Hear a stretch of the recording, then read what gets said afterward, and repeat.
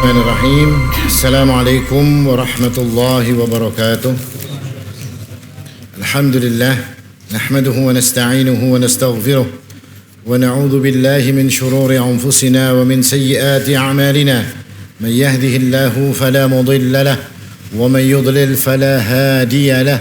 Wa ashhadu an la ilaha illallah wahdahu la sharika lahu wa ashhadu anna Muhammadan 'abduhu wa rasuluh.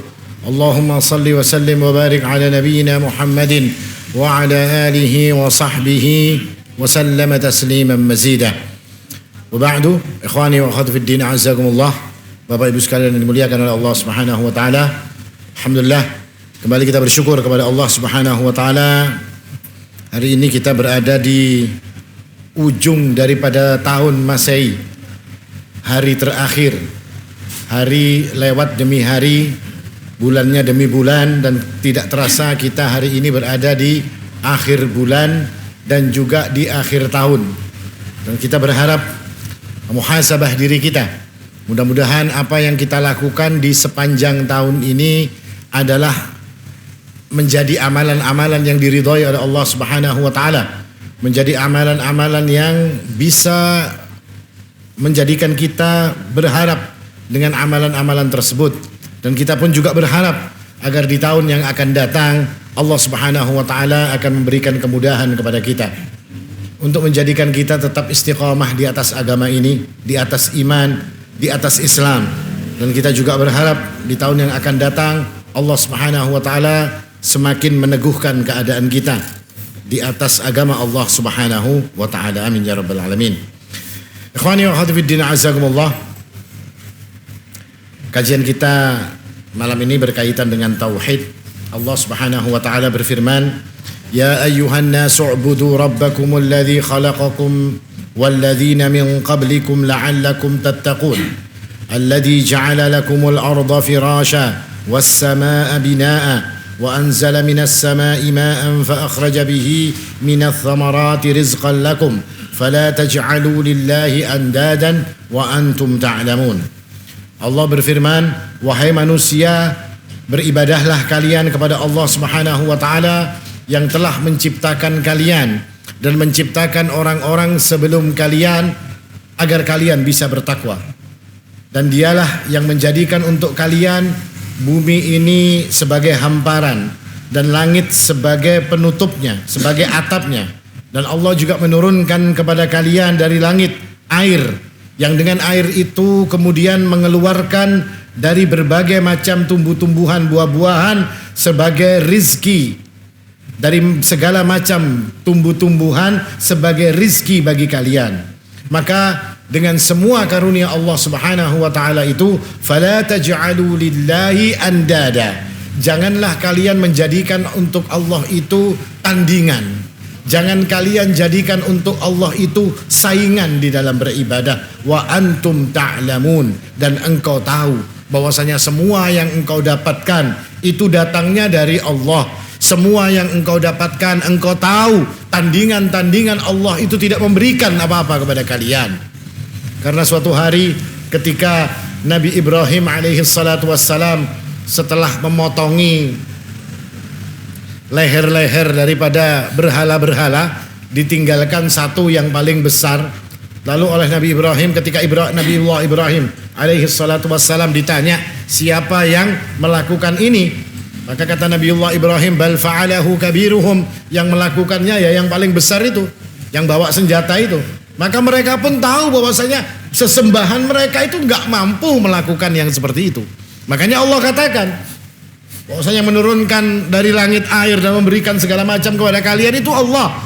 Ketika itu sudah kalian ketahui, fala taj'alu lillahi andada. Jangan engkau jadikan untuk Allah itu saingan di dalam kalian beribadah kepada Allah Subhanahu wa taala. Artinya ayat ini kata para ulama adalah perintah dari Allah Subhanahu wa taala kepada seluruh manusia agar mereka ini hanya beribadah kepada Allah Subhanahu wa taala yang telah memberikan kepada mereka nikmat, yang telah memberikan kepada mereka ini berbagai macam karunia diberikan oleh Allah Subhanahu wa taala. Dan dalam ayat ini juga Allah melarang bagi kita untuk menjadikan tandingan, sesembahan atau yang diibadahi daripada selain daripada Allah Subhanahu wa taala.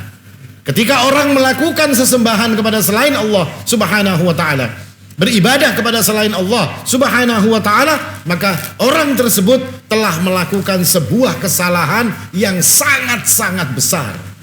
Kesalahan yang tidak akan pernah diampuni oleh Allah Subhanahu wa taala. Ketika mereka mati dalam keadaan belum bertobat dengan membawa kesalahan itu, maka Allah Subhanahu wa taala menjamin mereka akan masuk dalam neraka dalam keadaan kekal di dalam neraka. Karena kesalahan itu adalah kesyirikan kepada Allah Subhanahu wa taala. Mungkin kita tanya, kenapa kok kesyirikan sampai kada diampuni oleh Allah Subhanahu wa taala, bahkan diganjar dengan neraka untuk selama-lamanya? Dalam sebuah hadis qudsi, Allah Subhanahu wa taala mengatakan, qala Allah tabaraka wa taala, kadzdzabani ibnu Adam wa lam yakun yanbaghi lahu ay yukadzdzibani. Anak Adam mendustakanku, kata Allah, dan tidak seharusnya mereka mendustakanku, kata Allah Subhanahu wa taala. Wa syatamani ibnu Adam wa lam yakun yanbaghi lahu ay yashtumani. Dan anak Adam juga mencaci maki aku, kata Allah Subhanahu wa taala. Dan tidak seharusnya anak Adam itu mencaci maki diriku. Maka Allah mengatakan, seperti apa maksudnya mencaci maki? Allah Subhanahu wa taala mengatakan, wa amma syatamuhu iyai faqauluhu ittakhadallahu walada. Cacian anak Adam kepadaku adalah ketika mereka mengatakan aku punya anak. Artinya kesyirikan itu adalah bentuk cacian kepada Allah Subhanahu wa taala. Orang yang menyekutukan Allah adalah orang yang mencaci maki Allah Subhanahu wa taala. Dan Allah mengatakan, padahal kata Allah, wa anallah, dan aku adalah Allah al-ahad, aku yang satu-satunya, as-samad alladzi lam alid wa lam ulad, dan aku tidak beranak dan aku juga tidak diperanakkan, walam yakul li kufuwan ahad, dan tidak ada satupun yang semisal denganku, kata Allah Subhanahu wa taala. Maka orang yang melakukan kesyirikan adalah orang yang membantah bahkan mencaci Allah Subhanahu wa taala. Maka kita bisa tahu seperti apa kira-kira hukuman bagi orang yang mencaci Allah Subhanahu wa taala. Adalah sebuah dosa yang sangat besar dan hukumannya pasti hukuman itu berat. Maka dari ayat di atas, para ulama juga mengatakan, ayat di atas menjelaskan bahwasanya hukum daripada ibadah kepada Allah Subhanahu wa taala itu adalah apa? Hukum ibadah kepada Allah adalah wajib dan tidak menjadikan tandingan bagi Allah Subhanahu wa taala juga wajib hukumnya. Artinya kalau ada yang menjadikan tandingan buat Allah, haram hukumnya orang yang melakukan seperti itu. Sekarang kita ditanya, ibadah kepada Allah adalah wajib. Kenapa kok pada Allah saja ibadahnya? Kenapa harus kita beribadah kepada Allah? Karena apa kita harus beribadah kepada Allah? Kalau kita ditanya, kenapa nyoblos nomor sekian, ada serangan fajarnya Ustaz? Ya kan? Kenapa harus seperti ini? Ada ininya. Kenapa kita harus beribadah kepada Allah Subhanahu wa taala? Apakah Allah perlu dengan ibadah kita? Atau kita yang perlu dengan ibadah kepada Allah? Allah Subhanahu wa taala mengatakan dalam satu hadis qudsi, "Ya ibadi, law anna awwalakum wa akhirakum wa insakum wa jinnakum kanu ala atqa qalbi rajulin wahidin minkum." Kata Allah Subhanahu wa taala, "Ma zada dzalika min mulki syai'a." Wahai hambaku, kata Allah, seandainya dari yang pertama kalian sampai yang paling akhir, dari golongan manusia dan dari golongan jin, semua menjadi orang yang bertakwa. Satu hati ketakwaannya. Ketakwaan mereka dari yang pertama sampai yang terakhir, manusia dan jin, ketakwaannya nilainya 100. Atqa qalbi rajulin wahidin minkum. Apa kata Allah? Ma zada dzalika min mulki syai'a. Enggak nambah kerajaanku. Enggak nambah Allah semakin kaya, tidak. Tidak menambah Allah semakin perkasa, semakin hebat, tidak, kata Allah. Lalu Allah juga mengatakan, "Wa ya ibadi, law anna awwalakum wa akhirakum wa insakum wa jinnakum kanu ala afjari qalbi rajulin wahidin minkum ma naqasa dzalika min mulki syai'a." Wahai hamba-hambaku, kata Allah, Seandainya yang pertama dari kalian sampai yang paling akhir, dari kalangan bangsa jin atau kalangan bangsa manusia, semua pada hati-hati mereka ini semuanya jelek. Semuanya ingkar kepada Allah. Yang pertama sampai yang terakhir, gak ada makhluk yang taat kepada Allah Subhanahu wa taala. Ma naqasa dzalika min mulki syai'a. Gak akan mengurangi kekuasaanku, kata Allah Subhanahu wa taala. Artinya yang perlu ibadah itu kita. Allah gak perlu dengan ibadah kita. Yang perlu kita menghamba kepada Allah, beribadah kepada Allah Subhanahu wa taala. Sesungguhnya kita yang perlu pada saat kita melakukan ibadah tersebut. Bujur, Pak? Nah, sekarang kenapa kita harus ibadahnya kepada Allah? Apa kira-kira jawabannya?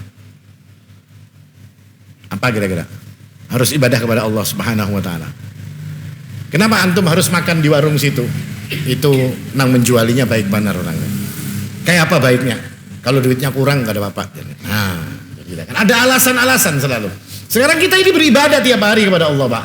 Kita melakukan ibadah. Kenapa kita itu ibadah kepada Allah? Kenapa? Hah? Perlulah. Nah, kita perlu dengan Allah Subhanahu wa taala. Ada yang lain lagi? Apa lagi? Perlu aja lah. Pokoknya perlu, cocok sudah masuk itu, perlu itu. Masuk dalam hitungan. Kenapa kita perlu ibadah kepada Allah atau harus ibadah kepada Allah? Ada 10 jawaban. Ada sebuting jawabannya, 10. Kenapa kita perlu kepada Allah Subhanahu? Kenapa kita harus ibadah kepada Allah Subhanahu wa taala? Yang pertama, ta'ziman lillah. Ya kan, ta'ziman, mengagungkan Allah Subhanahu wa taala.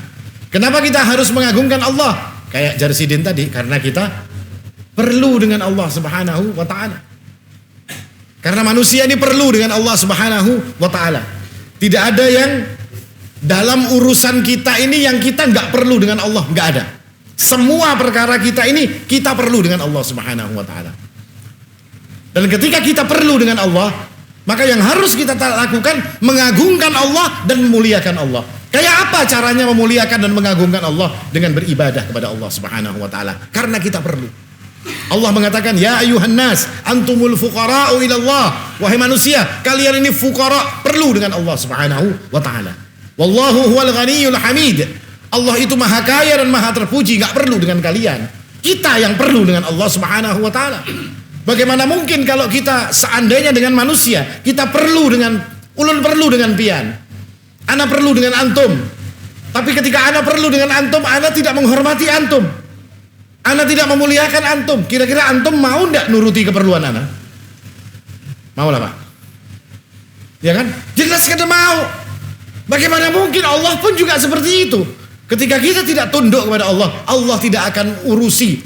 Allah akan berikan mungkin, tapi dengan Allah Subhanahu wa taala memberikan tersebut dengan tidak ada kebaikan dalam keperluan yang Allah berikan kepada kita.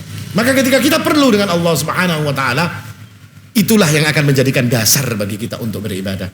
Kita merujuk kepada salafus saleh. Salafus saleh itu juga sama seperti kita, Pak. Manusia yang punya keperluan.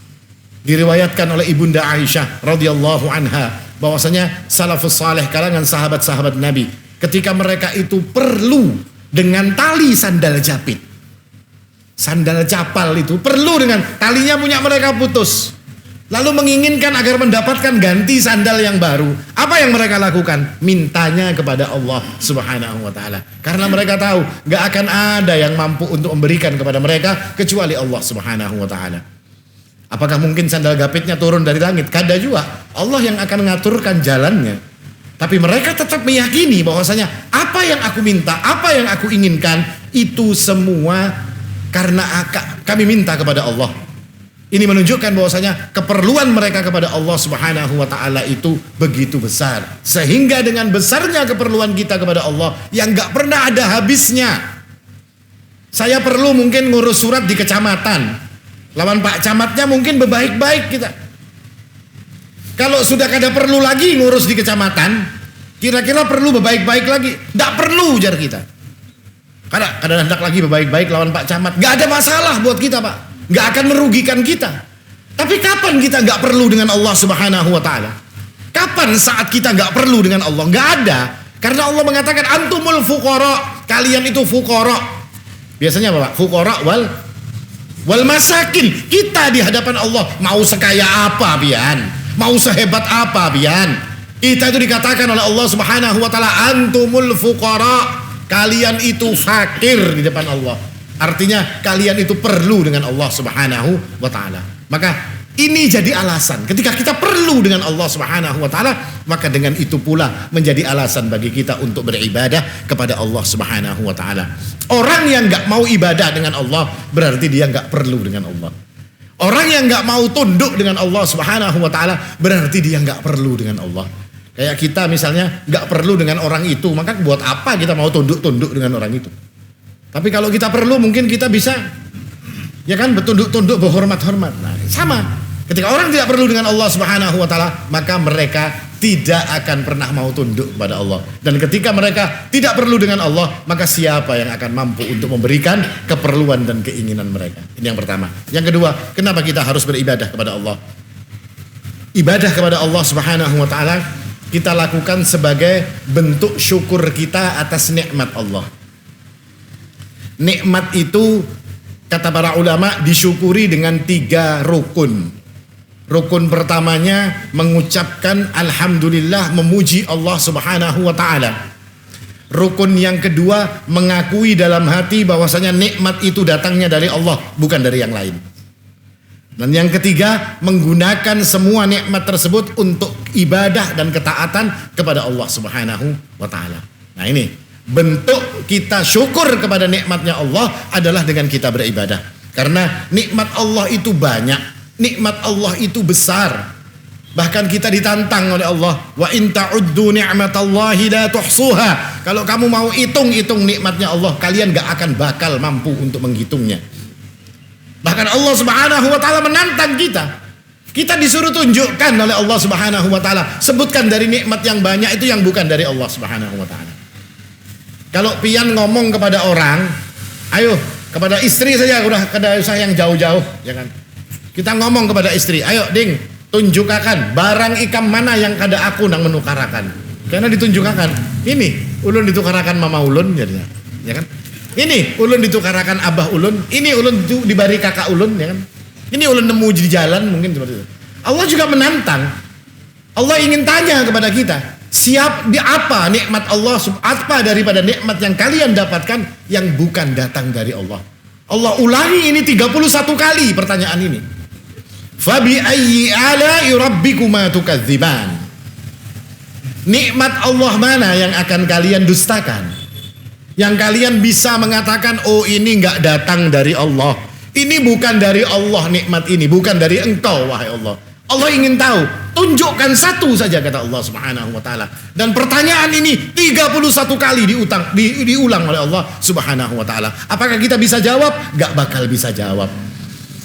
Karena sesungguhnya semua nikmat yang Allah Subhanahu wa taala berikan kepada kita adalah semua, enggak ada satupun. Dari kita mulai belum ada sampai kemudian kita ada, sampai kemudian kita tidak ada, semuanya karena adanya nikmatnya Allah Subhanahu wa taala. Makanya Allah mengatakan, untuk nikmat ini tadi dijadikan untuk apa? Nikmat itu dijadikan untuk ibadah kepada Allah Subhanahu wa taala. Karena dengan nikmat lalu kita ibadah, maka itulah tanda bahwasanya kita bersyukur kepada Allah Subhanahu wa taala. Allah berfirman dalam satu ayat, ya ayyuhalladzina amanu kulu min thayyibati ma razaqnakum washkuru lillahi in kuntum iyyahu ta'budun. Wahai orang-orang yang beriman, kulu min thayyibati ma razaqnakum, makanlah dari yang baik-baik dari yang kami rizkikan kepada kalian. Washkuru lillah, setelah kamu makan dari rezeki tadi, bersyukurlah kepada Allah. Setelah itu, in kuntum iyyahu ta'budun, jika kamu itu beribadah kepada Allah. Artinya syukur dan ibadah itu dijadikan satu dalam satu ayat. Ada kaitan yang kuat di sini. Maka kata para ulama, ini bentuk bahwasanya ibadah itu adalah salah satu bentuk syukur kita kepada Allah Subhanahu wa taala. Contohnya yang dilakukan oleh Nabi kita, Nabi Muhammad sallallahu alaihi wasallam. Orang yang diberikan nikmat yang luar biasa oleh Allah Subhanahu wa taala. Nikmat diampuni dosa-dosanya yang telah lalu dan yang akan datang. Ketika kabar itu datang kepada Nabi, dosanya diampuni yang lalu dan yang akan datang. Kemudian Nabi SAW menegakkan salat. Beliau berdiri sangat-sangat lama, sampai kemudian jenggot beliau basah dengan air mata. Setelah itu beliau duduk. Ketika duduk, kata Ibunda Aisyah, itu baju beliau basah dengan air mata. Dan terus beliau melakukan itu sampai kemudian kata Ibunda Aisyah melihat lantai atau tempat sujudnya itu basah dengan air mata. Setelah selesai sholat, maka Nabi SAW ditanya oleh Ibunda Aisyah, wahai Rasul, wahai Nabi Allah, kenapa Anda melakukan ini? Bukankah Allah telah mengampuni dosa Anda yang telah lalu dan yang akan datang? Buat apa lagi Anda melakukan yang seperti ini? Kita ini Pak, apalagi orang Indonesia ini punya kebiasaan Pak. Kalau sudah dapat, misalnya kita ini misalnya dapat duit banyak Pak, kira-kira kalau mau kerja lagi males enggak? Ya Pak, punya duit banyak misalnya, sudah banyak duitnya, buat apa kerja? Kapan kerjanya? Kalau tinggal sedikit baru nanti kerja lagi. Nah, ini dijamin oleh Allah Subhanahu wa taala, enggak habis-habis misalnya. Ya seumur-umur kita nggak bakal kerja kalau ada jaminan. Nabi dijamin oleh Allah, tapi tetap beliau beribadah. Ketika beliau ditanya, kenapa Anda lakukan itu wahai Nabi? Kata Ibunda Aisyah, maka beliau pun mengatakan, afala akunu abdan syakura? Tidak bolehkah aku wahai Aisyah menjadi hambanya yang bersyukur atas nikmat yang Allah Subhanahu wa taala berikan kepadaku. Nah ini jawaban kedua, kalau kita ditanya kenapa kita harus ibadah kepada Allah? Karena kita ini bersyukur dengan nikmat-nikmat Allah Subhanahu wa taala. Ini yang jawaban kedua. Jawaban yang ketiga, kenapa kita harus ibadah kepada Allah? Kenapa Pak? Apalagi kira-kira 10 ini Pak. Family 100 ya kan? Maka kata para ulama, kenapa kita harus ibadah kepada Allah Subhanahu wa taala? Karena li'annana nuhibbullaha atau na'budullaha mahabbatan lahu. Kita beribadah kepada Allah karena kita cinta kepada Allah. Nah, cinta kepada Allah ini sifatnya orang-orang beriman. Allah mengatakan dalam Al-Qur'an, walladzina amanu asyaddu hubban lillah. Orang-orang yang beriman itu sangat-sangat cinta kepada Allah Subhanahu wa taala. Artinya dengan cintanya kita, begitu cintanya kita kepada Allah, maka kita nurut. Allah mengatakan ibadah, kata Allah, ibadah kita. Kurban, kata Allah, kurban kita. Seperti ini, kata Allah, kita lakukan sama sesuai yang diperintahkan oleh Allah Subhanahu wa taala. Kenapa? Karena kita cinta. Sebagai contoh, kita ini cinta dengan manusia, sesama manusia. Tidak usah jauh, cinta kepada istri misalnya. Saking cintanya, saking butanya cintanya kepada istri, terus ujar istrinya, pian lakukan ini, ikut dia. Pian jangan ngomong dengan saudara Pian, ikut dia. Pian nggak perlu ngasih orang tua Pian, ikut dia. Kenapa ditanya? Kenapa Anda begitu bodoh mengikuti yang seperti itu? Maka dia akan menjawab, karena saya cinta dengan istri saya. Innalillah. Ini cinta yang membawa petaka. Apa yang disuruhnya itu akan jadi malapetaka buat kita. Tapi ketika kita cinta kepada Allah dan Allah menyuruh kita untuk beribadah kepada Allah Subhanahu wa taala, maka yang akan kita dapatkan kebaikan dari Allah Subhanahu wa taala. Ini cinta. Ada satu cerita, mungkin saya pernah cerita tentang dua orang, laki-laki dan perempuan. Dua orang ini budak yang kemudian mereka menikah. Namanya Mughith dan Barirah. Ceritanya persis seperti Laila Majnun, ya kan? Ceritanya persis seperti Laila Majnun. Mughith dan Barirah ini, kalau Laila Majnun itu kan cerita-cerita fiksi kan Pak. Kalau Mughith dan Barirah ini cerita yang ada di zaman Nabi. Dua budak ini menikah. Setelah menikah, Barirah ini sebetulnya tidak seberapa senang dengan Mughith. Tapi karena dia budak dan ini budak, ya sudah nurut apa ujar juragannya. Sampai suatu waktu Ibunda Aisyah itu berkata kepada Barirah, kalau kamu mau merdeka maka akan dibantu. Ini namanya katib, namanya apa? Budak yang dibebaskan dengan bantuan orang untuk pembebasannya. Maka kemudian dibantulah oleh Ibunda Aisyah, akhirnya Barirah ini bebas. Setelah Barirah ini bebas, wanita Barirah ini, dia punya hak khiyar atas pernikahannya. Kenapa kok bisa boleh milih? Karena dia orang merdeka, suaminya budak, boleh milih dia. Mau tetap dengan suaminya, nggak apa-apa. Kalau mau pisah dengan suaminya, juga nggak masalah. Rupanya si Mughith ini tadi, begitu cinta butanya kepada Barirah, dia nggak siap untuk dipisah. Dia nggak siap untuk dilepas oleh Barirah. Akhirnya Barirah pun memilih, saya nggak mau lagi kumpul sama Mughith. Apa yang kemudian terjadi? Mughith ini begitu cintanya kepada Barirah, setiap kali Barirah itu jalan, Mughith itu akan umpat di belakangnya.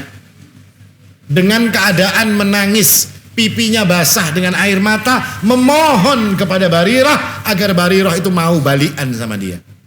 Sampai Nabi melihat itu kasihan. Dipanggil Barirah itu oleh Nabi. Lalu dikatakan, gak maukah engkau balikan dengan Mughith? Tidakkah engkau melihat begitu hebatnya cinta Mughith kepadamu, kata Nabi SAW. Lalu Barirah balik tanya kepada Nabi, ya Rasulullah, Anda perintahkan saya untuk balik kepada dia atau Anda cuma menyarankan saja? Maka kata Nabi, saya tidak memaksa, saya cuma menyarankan. Kalau Anda cuma menyarankan, maka ketahuilah wahai Nabi, saya nggak punya hajat dengan yang namanya Mughith ini tadi. Nah, kita bisa melihat apa? Sampai seperti itu dia menuruti, menginginkan Barirah ini sampai seperti itu. Nah, kita ini cinta apa enggak kepada Allah? Pernah enggak kita ini merengek-rengek kepada Allah? Minta sesuatu merengek kepada Allah, pernah enggak? Akhirnya sampai nangis-nangis kita ini minta kepada Allah Subhanahu wa taala, seperti Mughith meminta kepada Barirah agar Barirah memberikan cintanya kepada dirinya. Nah, ini untuk menunjukkan bahwasanya kita itu punya cinta kepada Allah Subhanahu wa taala, dan dengan cintanya itu pula kita beribadah kepada Allah Subhanahu wa taala. Nah, ini jadi introspeksi buat diri kita, Pak, tentang perlunya kita, tentang syukurnya kita atas nikmat Allah, tentang seberapa jauh kita ini cintanya kepada Allah Subhanahu wa taala, diukur dari mana? Dari kemampuan kita untuk beribadah kepada Allah Subhanahu wa taala. Yang berikutnya, yang ke Isaknya jam berapa? Jam 51. Oh, lawas lagi. Karena keingatan biasanya kan 30, 40, ini sudah 33 tadi. Yang berikutnya, kenapa kita menyembah Allah Subhanahu wa taala?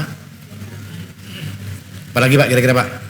Yang keempat, bukan ketiga, keempat. Apa tadi? Perlu nikmat, syukur nikmat karena apa namanya? Cinta. Sekarang apa lagi yang berikutnya? Berikutnya adalah kita menyembah Allah Subhanahu wa taala karena kita ini diciptakan untuk ibadah. Ya kan? Allah mengatakan, "Wa ma khalaqtul jinna wal insa illa liya'budun." Dan tidaklah jin dan manusia itu diciptakan oleh Allah Subhanahu wa taala kecuali untuk beribadah kepada Allah Subhanahu wa taala. Maka ketika kita ini enggak ibadah kepada Allah, tidak menundukkan diri kita kepada Allah Subhanahu wa taala, berarti kita ini telah menyelisihi diciptakannya kita. Diciptakan untuk ibadah, lalu tidak diibadahi Allah Subhanahu wa taala. Menyelisihi apa yang Allah jadikan kita ini tujuan untuk diciptakannya kita ini, menyelisihi kita terhadap hal itu. Sebagai contoh begini, Pak. Pian punya anak. Anak Pian ini sekolahnya jauh. Terus dibelikan sepeda motor. Sepeda motor ini tujuannya untuk apa, Pak? Untuk sekolah supaya nyaman ke sekolah. Terus lawan anak Pian ini diulah ojol yang kada sekolah, tapi jadi ojol misalnya, ya kan, atau jadi ojek online. Ini menyelisihi pemberiannya enggak, Pak? Apa yang antum lakukan ketika lihat disuruh sekolah, dibelikan sepeda motor, terus dijadikannya jadi ojol kira-kira? Nggak mau sekolah lagi dia, ngojol dia kayaknya, ya kalau. Nah, kira-kira apa yang antum lakukan kalau ada orang yang seperti itu? Atau anak antum kira-kira seperti itu? Kira-kira marah kita, diapai marah aja? Kita tarik kendaraannya, sudah tidak pakai kendaraan, berangkat sana naik bis tayu misalnya, ya kan? Kita akan tarik semua yang kita berikan kepada mereka ini tadi. Nah, Allah Subhanahu wa taala menciptakan kita untuk ibadah. Ketika kita tidak beribadah kepada Allah Subhanahu wa taala, yang kita takutkan justru kita ini akan ditarik oleh Allah Subhanahu wa taala. Apa yang Allah tarik dari kita? Yang paling dahsyat yang Allah tarik adalah iman kita. Ini yang paling bahaya. Ketika kita malas untuk ibadah kepada Allah Subhanahu wa taala, ketika kita nggak mau untuk ibadah kepada Allah, nggak mau tunduk kepada Allah, Allah akan tarik iman kita. Justru kita nanti jadi kufur, jadi kafir kepada Allah Subhanahu wa taala gara-gara iman kita yang ditarik oleh Allah Subhanahu wa taala. Nah ini jadi alasan karena Allah yang menciptakan kita dan Dia menyuruh kita untuk ibadah. Dia menciptakan kita karena tujuan penciptaan kita adalah untuk ibadah. Maka kami pun beribadah kepada Allah Subhanahu wa taala. Ini yang keempat. Yang kelima, untuk apa kita beribadah kepada Allah? Kita beribadah kepada Allah karena kita takut untuk dimasukkan dalam nerakanya Allah Subhanahu wa taala. Ada orang kan yang ngomong, Pak, nggak boleh ngomong ibadah karena takut neraka, nggak boleh. Salah. Boleh kita untuk ibadah karena takut neraka. Kenapa? Karena Allah itu punya janji. Apa kata Allah Subhanahu wa taala? "Wa may ya'sillaha wa rasulahu wa yata'adda hududahu." Dan orang yang bermaksiat kepada Allah dan Rasulnya dan melanggar aturan-aturan batasan Allah, yudkhilhu naran khalidan fiha. Kami akan masukkan dia dalam neraka dan dia akan lama berada di dalam neraka tersebut. Walahu adzabum muhin. Dan dia akan diazab dengan azab yang akan menghinakan mereka. Kita takut kalau tidak ibadah kepada Allah dapat ini. Masuk neraka, lama dalam neraka, dihinakan dalam neraka. Itu yang kita takutkan. Apakah nggak boleh takut dengan seperti ini? Harus takut. Kan sering kan loh Pak, melihat orang, ya Allah kami menyembahmu bukan karena kami takut kepada nerakamu dan tidak juga menginginkan surgamu. Ya kan? Ibadah tidak ingin surga, tidak takut neraka. Oh ini aneh orang ini. Ya kan? Aneh orang ini. Kan ada kalimat-kalimat seperti itu. Pernah dengar kan Pak? Ibadah tidak takut, tidak ingin surgamu, tidak takut pada nerakamu. Terus ada apa? Nah kita takut kepada masuk nerakanya Allah Subhanahu wa taala. Bahkan dalam ayat Al-Furqan, dalam surat Al-Furqan, ayat-ayatnya mengatakan Allah ketika menyebutkan tentang sifat ibadur rahman, wa ibadur rahmanil ladzina yamshuna 'alal ardi hauna. Ibadur rahman disebut sebagai oleh Allah Subhanahu wa taala. Salah satu sifat ibadur rahman apa? Walladzina yaquluna rabbana srif 'anna 'adzab jahannam inna 'adzabaha kana gharama innaha sa'at mustaqarran wa muqama. Sifat ibadur rahman itu selalu berdoa. Apa doanya? Rabbana srif 'anna 'adzab jahannam. Wahai Allah, palingkan dari kami siksa dari neraka jahannam. Ya kan? Inna 'adzabaha kana gharama. Azabnya begitu dahsyat. Azabnya begitu menyakitkan. Palingkan kami daripada tempat itu. Innaha sa'at mustaqarran wa muqama. Sesungguhnya jahannam itu adalah sa'at mustaqarra. Sejelek-jeleknya tempat mampir. Nanti dalam tafsirnya ini ada kalimat mustaqarran wa muqama. Tempat mampir dan tempat menetap. Kenapa neraka dikatakan tempat mampir? Karena ada orang yang mampir di neraka nanti bakalnya keluar masuk surga. Tapi ada yang izin tinggal di situ. Ya kan Pak? Dapat kewarganegaraan neraka. Yang ini tadi mustaqarran ini izin tinggal saja. Tapi yang muqama ini penduduk asli. Dapat muqama. Makanya kalau di Saudi apa namanya Pak? Dapat apa? Dapat igomah jadinya, ya kan? Iyalah, Beb. Dapat igomah kalau. Nah, igomah ini muqamah supaya apa? Supaya bisa tetap tinggal di sana. Nah, kita nggak kepingin. Nah, ibadur rahman mengatakan, mampir saja saya nggak mau, apalagi disuruh menetap di sana. Palingkan kami supaya nggak transit di neraka dan juga tidak menetap dalam neraka. Takut mereka kepada nerakanya Allah Subhanahu wa taala. Makanya karena takut itu tadi mereka beribadah kepada Allah Subhanahu wa taala. Makanya kalau kita baca riwayat-riwayat dari kalangan salafus saleh, begitu takutnya mereka kepada neraka. Salah satu sahabat Nabi sallallahu alaihi wasallam, Abu Dujana radhiyallahu anhu, pernah datang pulang ke rumahnya lalu beliau menangis. Setelah menangis istrinya melihat, kenapa engkau menangis ini? Langsung istrinya ikut nangis juga. Setelah istrinya ikut nangis, istrinya ditanya oleh Abu Dujana, kenapa engkau menangis? Maka istrinya mengatakan, karena engkau menangis, jadi aku ikut menangis. Umpatan aja nih Pak, ya kan? Ikut-ikutan aja. Karena engkau menangis, jadi aku menangis. Lalu istrinya tanya, lah engkau menangis karena apa? Loh, ini kayak apa ini? Kok ditakoni kayak itu? Engkau menangis karena apa? Lalu dia berkata, sesungguhnya nanti kata Abu Dujana, semua orang itu akan lewat di sirat, di atas neraka jahanam. Dan aku takut, kata Abu Dujana, Aku menjadi orang yang tidak selamat ketika nanti aku lewat di atas sirat, aku akan masuk dalam neraka. Takut dia kepada neraka. Ini sifat daripada salafus saleh, sifat para sahabat Nabi SAW. Demikian pula kita. Kita pun harus juga takut seperti itu, sehingga dengan takutnya kita akan mudah bagi kita untuk beribadah kepada Allah Subhanahu wa taala. Karena Allah berjanji, siapa saja yang mengingkari Allah, siapa saja yang enggak taat kepada Allah, enggak mau ibadah kepada Allah, pasti dia akan masuk ke dalam neraka. Itu janjinya Allah. Nah, kalau Allah itu janji, jangan main-main dengan janjinya Allah. Pasti ditepati. Beda dengan janjinya, janji kampanye beda, Pak. Janjinya Allah dengan janji kampanye beda. Janji kampanye itu ya sudah, kalau sudah jadi ya sudah, dadah ya bye-bye ya, Pak. Kalau janjinya Allah, wa kana wa'dan maf'ula, janjinya Allah itu pasti akan dilakukan oleh Allah Subhanahu wa taala. Ini takut dengan nerakanya Allah, maka kita beribadah kepada Allah Subhanahu wa taala.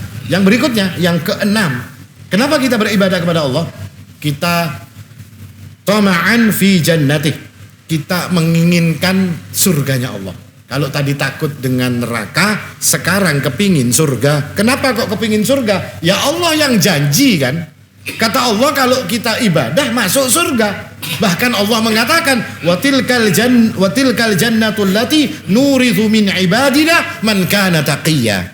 Dan surga itu kata Allah akan kami wariskan kepada hamba-hambaku, ibad kata Allah. Disebut ibad karena mereka diakui ibadahnya. Karena mereka beribadah kepada Allah Subhanahu wa taala, akan diberikan kepada mereka oleh Allah Subhanahu wa taala. Nah, maka kita beribadah karena kita ingin surganya Allah.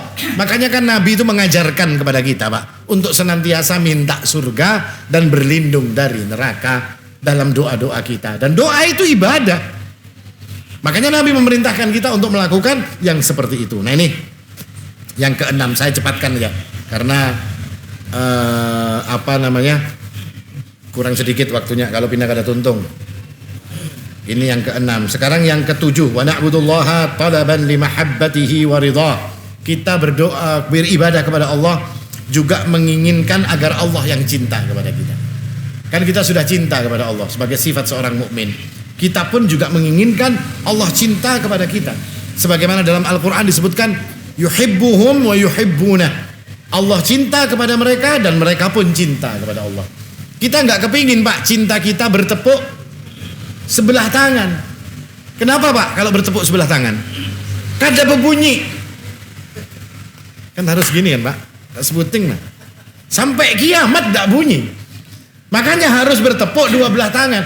Allah kita cintai dan Allah mencintai kita. Ketika itu terjadi, orang yang mendapatkan cintanya Allah Subhanahu wa taala, maka cukup bagi kita untuk mendapatkan kebaikan kelak di akhirat, untuk mendapatkan kemudahan bahkan di dunia.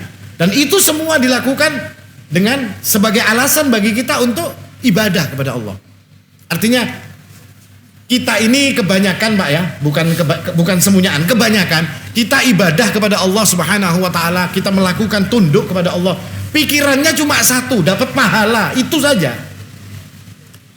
Kenapa ibadah, Pak? Supaya dapat pahala. Kenapa ini dapat pahala? Pahala aja ya.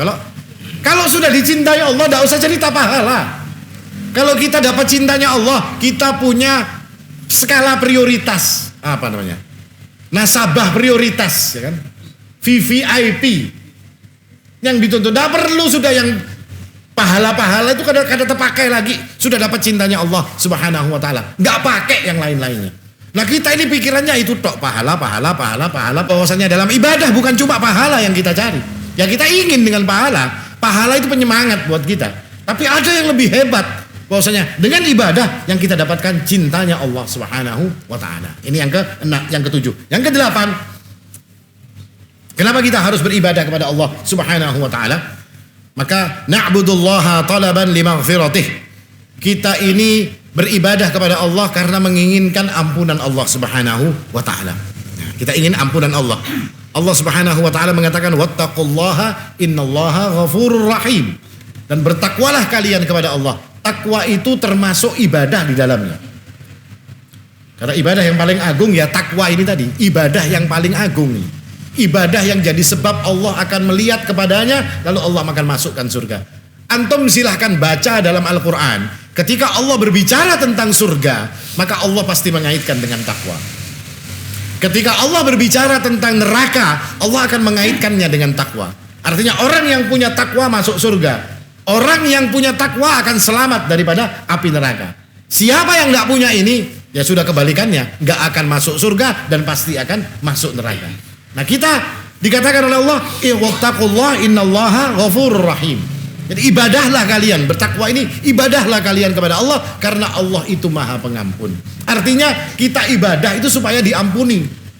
Kenapa kok kita minta diampuni? Ya karena kita ini banyak dosa. Kita ini keliru terus, Pak. Antara satu tiang listrik dengan tiang listrik yang satu sudah salah kita ini. Banyak kita ini kelirunya. Banyak dosa yang kita lakukan. Nah kalau sudah dosanya banyak, kelirunya banyak, kok gak ingin banyak-banyak minta ampun? Nah cara minta ampunnya dengan ibadah kepada Allah Subhanahu wa ta'ala. Artinya ibadah itu jadi sebab Allah ampuni kita. Ibadah yang kita lakukan jadi sebab Allah Subhanahu wa ta'ala menghilangkan dosa-dosa kita. Bahkan yang lebih istimewa lagi, dengan ibadah yang kita lakukan, Allah hapuskan dosa kita, Allah tambah kebaikan kita, dan Allah tinggikan derajat kita. Masya Allah. Dengan ibadah kepada Allah Subhanahu wa ta'ala. Ini sebagaimana dikatakan oleh Nabi SAW tentang macam-macam ibadah. As-salawatul khams wal jum'ah ilal jum'ah kaffaratun lima bainahunna majtunibal kabair. Salat yang 5 waktu, Jumat ke Jumat, sebagai penghapus daripada dosa di antara keduanya, selama dosa-dosa besar itu ditinggalkan atau dijauhi. Artinya kita bisa paham, yang namanya dosa besar itu nggak akan bisa diampuni kecuali seseorang itu bertobat kepada Allah Subhanahu wa ta'ala. Dan dengan ibadah kita ibadahnya nanti mohon lagi kepada Allah. Karena kita takut neraka dengan dosa besar kita. Mohon kepada Allah Subhanahu wa ta'ala, kiranya Allah memberikan kepada kita hidayah sehingga kita mampu untuk meninggalkan semua dosa besar yang kita lakukan. Yang ke-9, apa yang menjadikan sebab kita harus beribadah kepada Allah? Na'budullaha talaban likifayatihi wa hifdhih. Kita menginginkan penjagaan Allah dan kita menginginkan dicukupkan oleh Allah Subhanahu wa ta'ala. Caranya ibadah kepada Allah, mau dijaga oleh Allah. Jaga Allah Subhanahu wa ta'ala. Nabi pernah berkata kepada Ibnu Abbas radhiyallahu anhuma, "Ya ghulam, ihfazillaha yahfazka. Ihfazillaha tajidhu amamak." Wahai anak muda, kata Nabi, jagalah Allah. Artinya ibadahlah engkau kepada Allah. Yahfazka, maka Allah akan jaga engkau. Ihfazillaha tajidhu amamak. Kalau engkau menjaga Allah, maka Allah akan menjadi penjagamu di depanmu. Allah yang akan menjaga dirimu. Nah, kita ingin dijaga oleh Allah Subhanahu wa ta'ala. Karena penjagaan Allah itu penjagaan yang luar biasa, Pak. Beda dengan jagaannya satpam. Beda dengan jagaannya pas pampres misalnya. Beda dengan itu. Ini penjagaan yang kita minta, penjagaannya Allah Subhanahu wa ta'ala. Kalau kita dijaga manusia, mungkin kita akan terjaga dengan hal-hal yang bisa kita lihat. Sedangkan kita ini punya musuh. Musuh kita ada yang tidak terlihat. Namanya siapa? Pak Setan namanya. Ya kalau ini musuh yang tidak terlihat. Nah terus siapa yang akan jaga? Satpam mau pian suruh jaga dari setan. Setannya muncul, satpamnya lari. Ya kan? Ketakutan satpamnya lawan setan. Tapi kita perlu dengan yang menjaga kita, yang bisa melihat kepada setan tadi dan juga bisa melihat kepada kita. Dan dia hanyalah Allah Subhanahu wa ta'ala. Perlu penjagaan. Makanya banyak kan Pak dalam ayat-ayat Al-Quran, dalam sunnah-sunnah Nabi SAW yang mengajarkan kepada kita tentang doa-doa penjagaan. Nah doa itu kan ibadah. Maka itu ibadah kita untuk mendapatkan penjagaan dari Allah Subhanahu wa ta'ala. Yang terakhir, waktunya habis. Yang terakhir, yang ke-10. Kenapa kita beribadah kepada Allah Subhanahu wa ta'ala? Ini yang paling penting. Yang nomor 10 ini yang akan bisa menjadikan yang 1 sampai 9. Tanpa nomor 10, 1 sampai 9 gak mungkin terjadi. Kenapa kita beribadah kepada Allah Subhanahu wa ta'ala? Talaban li rahmatihi fi dunya wal akhirah.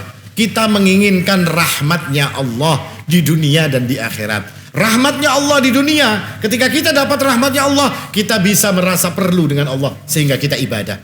Kita bisa merasa bersyukur atas nikmat Allah, lalu kita ibadah. Kita merasa cinta kepada Allah, lalu kita ibadah.